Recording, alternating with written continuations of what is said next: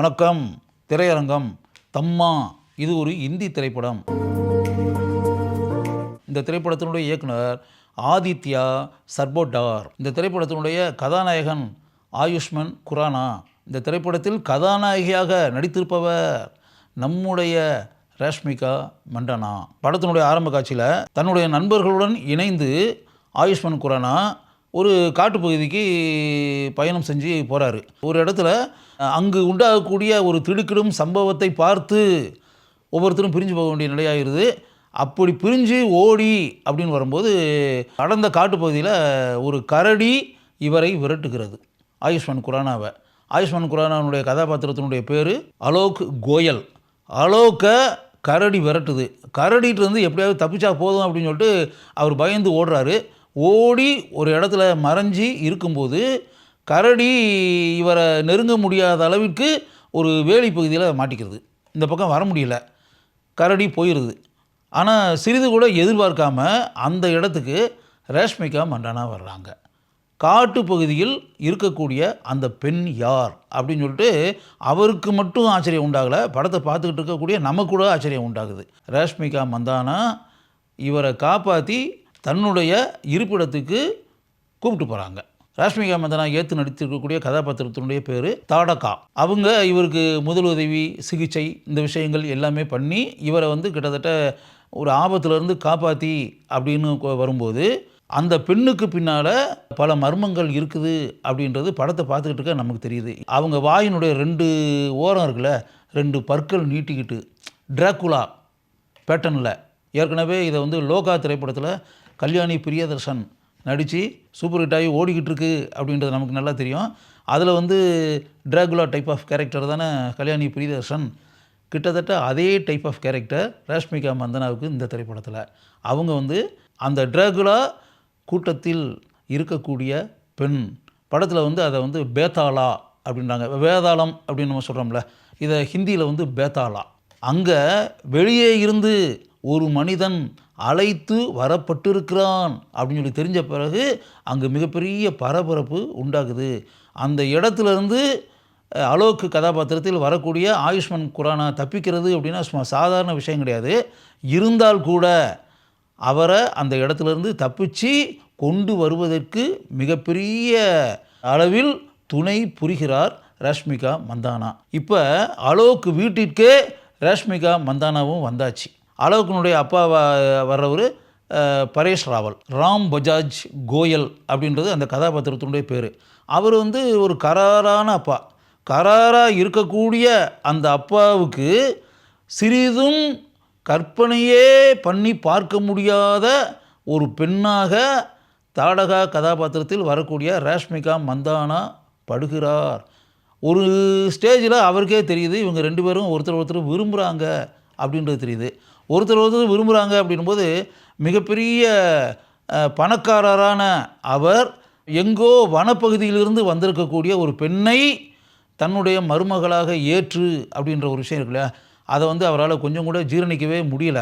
ரஷ்மிகா மந்தனா தன்னை பற்றி இருக்கக்கூடிய விஷயங்கள் எல்லாத்தையும் ஒரு ஸ்டேஜில் வெளிப்படுத்திடுறாங்க.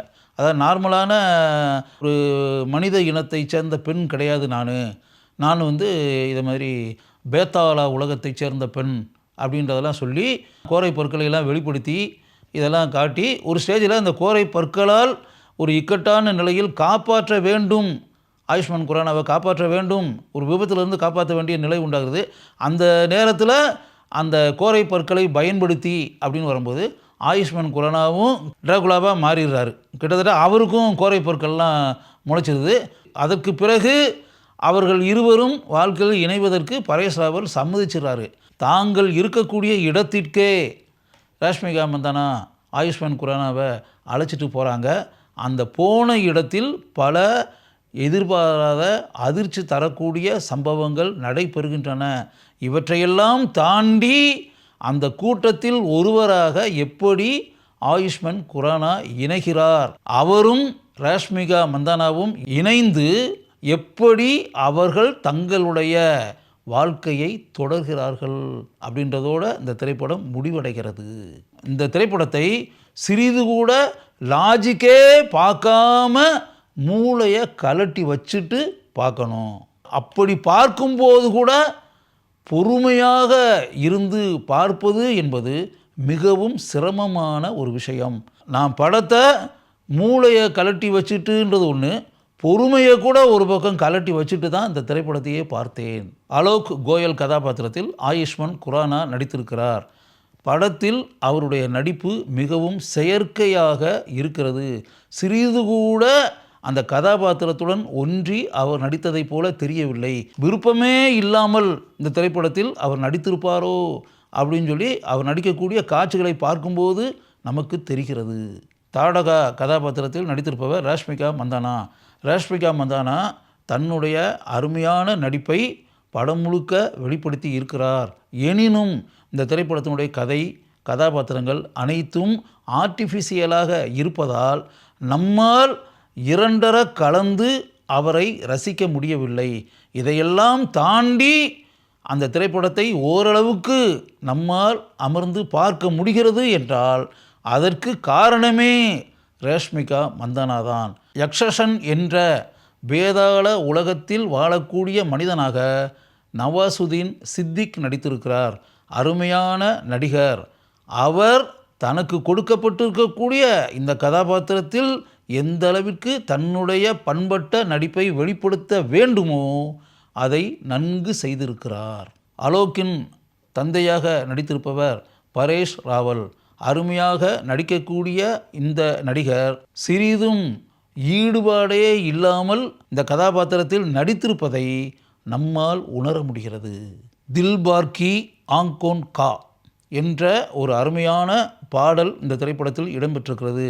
அந்த அருமையான நடனத்தை கொண்டிருக்கக்கூடிய பாடல் காட்சியில் நோரா ஃபட்டாஹி அருமையாக நடனமாடி இந்த திரைப்படத்தினுடைய ஓட்டத்திற்கு துணை புரிந்திருக்கிறார். பாய்சன் பேபி என்ற ஒரு இனிமையான பாடல் இந்த திரைப்படத்தில் இடம்பெற்றிருக்கிறது. அந்த பாடல் இடம்பெற்றிருக்கக்கூடிய காட்சியில் மலைக்கா அரோரா அருமையாக நடனமாடி படத்தை பார்த்து கொண்டிருக்கக்கூடிய ரசிகர்கள் கைதட்டக்கூடிய அளவிற்கு தன்னுடைய திறமையை வெளிப்படுத்தி இருக்கிறார். படம் ஓடிக்கிட்டு இருக்கும்போதே முக்கால்வாசி திரைப்படத்தில் தமிழகத்தை சேர்ந்த நாம் சந்தோஷப்படுறது மாதிரியான ஒரு சம்பவம் இருக்குது. என்ன அப்படின்னா, ஒரு மருத்துவர் கதாபாத்திரத்தில் சத்யராஜ் வருகிறார். தானே இந்தியில் பேசி அவர் நடித்திருக்கிறார். சிறிதும் எதிர்பாராத அந்த இன்ப அதிர்ச்சி தரக்கூடிய காட்சியை பார்க்கும்போது நமக்கு இனம் புரியாத சந்தோஷம் உண்டாகிறது. வருண் தவான், அபிஷேக் பானர்ஜி இருவரும் கௌரவ கதாபாத்திரங்களில் இந்த திரைப்படத்தில் வருகிறார்கள். மும்பை திரைப்பட நகரம், ஊட்டி, தொட்டபெட்டா ஆகிய இடங்களில் இந்த திரைப்படத்தினுடைய படப்பிடிப்பு நடைபெற்றிருக்கிறது. சௌரப் கோஸ்வாமி இவர்தான் இந்த திரைப்படத்தினுடைய ஒளிப்பதிவாளர். திடுக்கிடும் சம்பவங்களை கொண்ட இந்த ஹாரர் திரைப்படத்திற்கு எந்த அளவிற்கு ஒரு ஒளிப்பதிவாளருடைய பங்கு இருக்க வேண்டுமோ அதை இவர் நன்கு செய்திருக்கிறார். ஹேமந்தி சர்க்கார் இவர்தான் இந்த திரைப்படத்தினுடைய பட தொகுப்பாளர். இவருடைய பங்களிப்பு சீராக இருக்கிறது என்று ஒரு பக்கம் கூறினாலும் படத்தினுடைய நீளத்தில் 10 நிமிடங்கள் குறைத்திருக்கலாம் என்பது என்னுடைய கருத்து. சச்சின் ஜிகார் இவர்கள் இருவரும் இணைந்து இந்த திரைப்படத்திற்கு இசையமைப்பாளர்களாக பணியாற்றி இருக்கிறார்கள். திடுக்கிடும் சம்பவங்களை கொண்டிருக்கக்கூடிய இந்த திரைப்படத்திற்கு எந்த அளவிற்கு இசையால் பெருமையை சேர்க்க முடியுமோ அதை இவர்கள் நன்கு செய்திருக்கிறார்கள். காதில் பூ சுற்றக்கூடிய காட்சிகளை கொண்டிருக்கக்கூடிய திரைப்படம் இது. லாஜிக் பற்றி சிறிது கூட கவலையே படாமல் பொழுதுபோக்கு படத்தை பார்த்தால் போதும் என்று நினைக்கக்கூடியவர்கள் பொறுமையாக அமர்ந்து இந்த திரைப்படத்தை ஒரு முறை பார்க்கலாம்.